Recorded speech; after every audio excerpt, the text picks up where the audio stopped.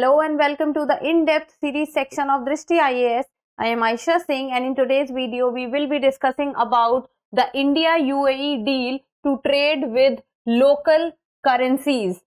So after France, the Prime Minister Narendra Modi was on a visit of UAE, that is United Arab Emirates, and there was a MOU signed between both the countries regarding the trade in local currencies. So what does the word local currencies mean? It means that India's local currency is rupee and UAE's local currency is dirham, the currency of the country. So both the nations have agreed to trade in their local currencies. So let us first understand the timeline.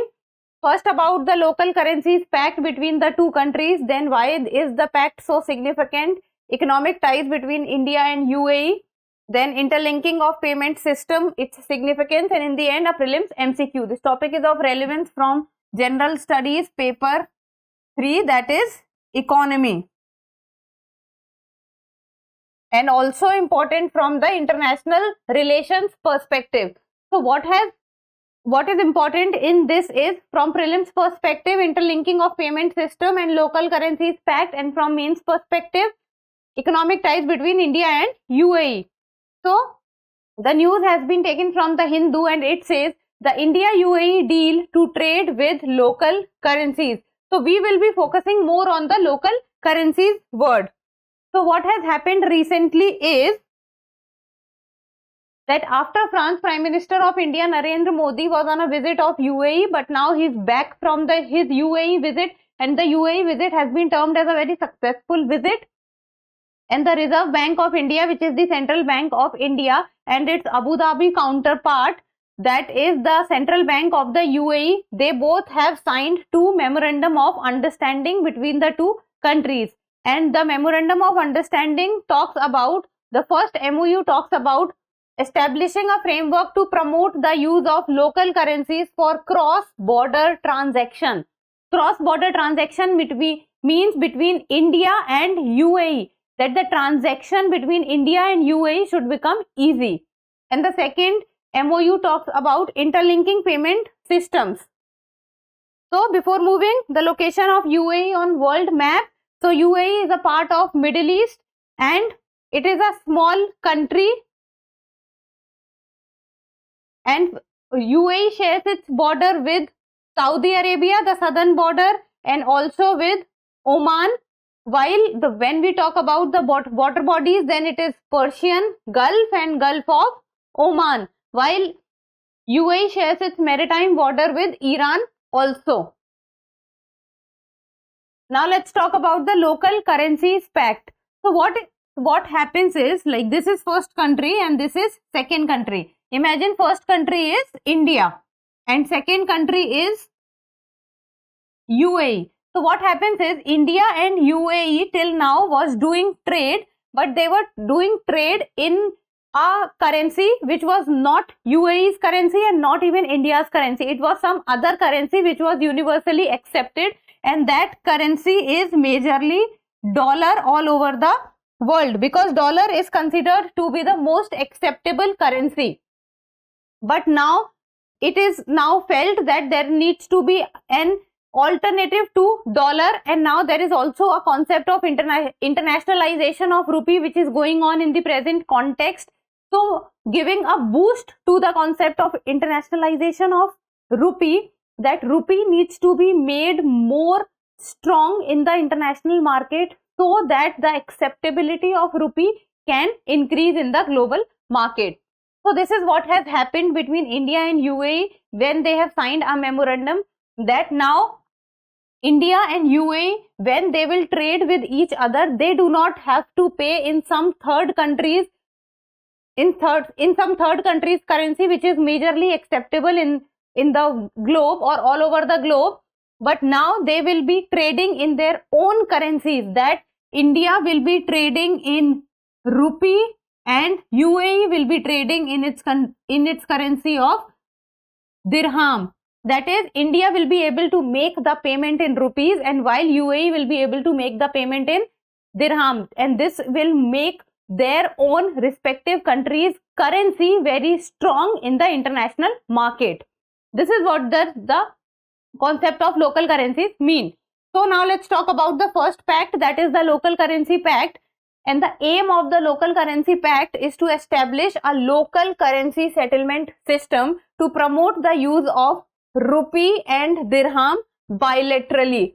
For example, that I have just told you that India would be able to make payments in its own currency of rupee, and UAE will be able to make its payment in their own currency of dirham, and they do not have to in between get the third currency, for example dollar or pound, and dollar is the most acceptable foreign currency. And this will cover all current and permitted capital account transactions. And this point means that current account transactions, India has complete convertibility in the current account transactions. So all the current account transactions would be included in this. But the capital account transactions, India has partial convertibility. So the current account transactions would be complete while the capital account transactions would be permitted. That means that complete transactions in the capital account needs permission of the RBI or the government, because in capital account we do not have full convertibility, while in current account we have full convertibility. So, and the RBI is saying that this would enable exporters and importers to send invoices and pay in their respective domestic currencies. And when the exports and imports, the country will be able to receive and send money in their own domestic currency. This will make the domestic currency more powerful, and this will help in the development of the Indian rupee and UAE dirham foreign exchange market also, because Indian rupee and dirham would increase in their value. The purchasing power of both the currency would increase, and also if the internationalization of rupee would increase, then the need for the dollar in the international market and the need for the dollar for India would also slowly come down, as India's own currency will become so strong that India will be able to trade in coming times in their own respective currency, which is rupee.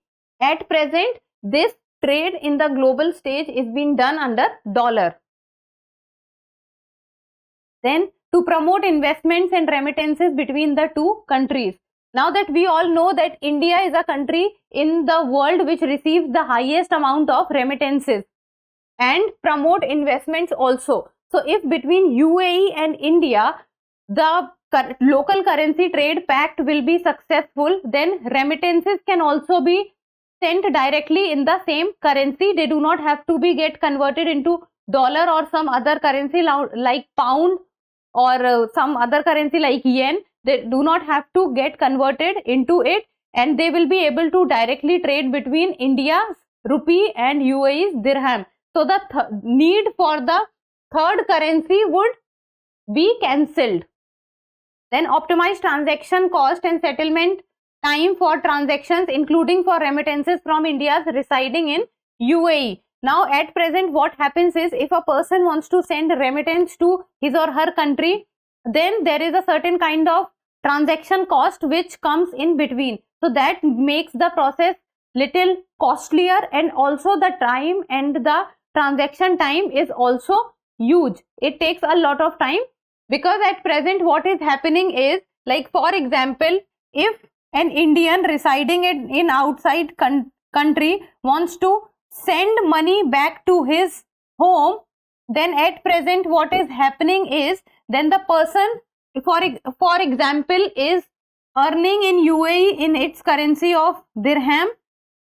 Now that India's currency is not internationalized, the currency of dirham would be converted into dollar first, and then that dollar would be sent to India, and then it will be converted into rupee. So there is a need of third currency in the form of dollar. If India and UAE would be able to sign the pact, then this need for the third currency would be removed, and India and UAE and the people who are working in UAE and wants to send money to India, they can do that directly. Now let's talk about that why is it so significant. First and foremost, it will help avert exchange rate risk. That is, third currency is being used as a standard, which I just told you. The exchange rate risk means that when a currency is changed into another currency and then changed into another currency, it involves a exchange rate cost. So this exchange rate cost makes the process costlier for people. So especially it puts a lot of burden on the people who are low wage earners and who are sending money as remittance back to their home. So most of the people try not to send the money by the right direction, and they tend to look for an economic or cheaper alternative. So this problem would be resolved by the local currency pact. Then further facilitate the scope to discover competitive pricing, because till now the pricing is being decided by the major economies like US or China or Japan or the European nation. But if the other countries will also start making their currencies stronger, then the competitive pricing would come into prevalence. Then enhanced avenues for cooperation among the banking systems of the two countries. If the two countries' local currency pact would become successful, then both the countries would be able to do trade, or economic side of both the countries will become very strong with each other. Then contributing to the expansion of trade and economic activity for both, because India is a major player in Asia and UAE also has a very strong economy. So if India and UAE will do things nicely, then what will happen is that the surrounding countries and the surrounding region will also try to adapt if their local currency pact becomes successful. So the other countries, if they will also try to adapt the same pact with India or UAE, then the trade or the economic aspect of India or UAE will also further get strengthened in future. Now, economic ties between India and UAE. This is a factual slide, but this is an important slide. Then first let's talk about what India exports to UAE. For example, like mineral fuels, mineral oils and products, bituminous substances, mineral waxes, pearls, precious stones, etc. These are the things which India transports to UAE. Then what India imports from UAE, that is majorly the petroleum products or the crude oil related products. And India and UAE's trade rose to 85 billion in the year 2022. India and UAE trade is increasing, and they have also signed a comprehensive economic activity, or the CEPA. India and UAE has also signed. Then UAE was India's third largest trading partner. So this is an important point, that UAE is India's third largest trading partner and second largest export destination in the year 2022-23. So when we talk about export destination, then it is which rank? It is second. And when we talk about the trading partner, then it is which rank? It is third. And India was UAE's second largest trading partner. From India's side, UAE is third, and from UAE's side, India is second. It means both the countries share really good bilateral relations, and especially from the perspective of economy. Then UAE is the fourth largest investor in India. So UAE invests a lot in India, and the FDI, the cumulative FDI of UAE is very high in India. But if we look at the size of the UAE, which might be small in size, but the economy of UAE is very strong and it is flourishing. Now let's talk about the second MOU which has been signed between India and UAE, and that is the interlinking of payment systems. Means the payment system of India and the payment system of UAE, it will be interlinked, so that the transfer of amount or the transactions between India and UAE will become easy and fast. So interlinking of payment system means that it will link India's UPI, which is United Payment Interface, and UAE is Instant Payment Platform. So India has UPI while UAE has IPP, and IPP is Instant Payment Platform. means a platform where payment can be made on instant basis, that is on fast basis. And also interlinking of payment systems, UPI and IPP. Apart from this, linking of card switches, that is RuPay switch and UAE switch. So card switches is also into the picture. It is not that only UPI is there, RuPay card switch is also there. Then it will entail facilitating communications and transactions between different payment service providers. So with this, what will happen is that between the two nations, the transactions can be made easily, it will be hassle free, and the timing would be less, it will be very fast, and the transaction amount will also be low. Then it will make fast, convenient, safe and cost effective cross-border fund transfer. Cost effective is important because transaction amount is comparatively higher if we talk about the low wage earning members, and it is relevant to 3.5 million resident Indians living in the UAE, and this is the figure of 2021. So UAE has a lot of Indian nationals and they send a lot of remittances back to home from UAE. Whatever amount they are earning, they are sending a chunk of that amount back home in the form of remittance. Now let's talk about its significance. What will be its significance? First, high cost of transactions in remittances, which is charged in the fees in the form of fees and exchange rate margins. So this will be removed if the local currency trade pact and the interlinking of payment system takes place. Then these kind of steps will be removed and the payment would be made faster, and the low income individuals will be feeling at an advantage. Then NPCI finalized a collaboration with Singapore Pay Now. This has happened few months back only, that India's NPCI, it has finalized a collaboration with Singapore's Pay Now for facilitating of the cross-border real-time money transfer, and the main point is that this is 10% cheaper than earlier. So this will make the transaction cost from Singapore to India 10% cheaper. It means that more people would be able to send money or transact, or would be able to make transaction from Singapore to India at a cheaper rate. Then according to World Bank, who has noted in the 2023 Migration and Development Brief that India experienced a 24.4% increase in remittance to 111 billion in 2022. So India is a country which is already sitting at the top of the remittance chart. But if we will talk about what is happening in the present scenario, then the remittances in India is going upward. In the coming times, more and more remittance would be coming into India because the Indian nationals are sending money back to their own country. Then, which represented around 3.3% of the GDP. This is the power of remittance in India. Remittance inflows from the Gulf Cooperation countries accounts for about 28% of the country's total remittance inflows, and which has increased in the year 2022 because the Gulf countries or the Middle East countries, a lot of Indian nationals are employed there and they send back money home.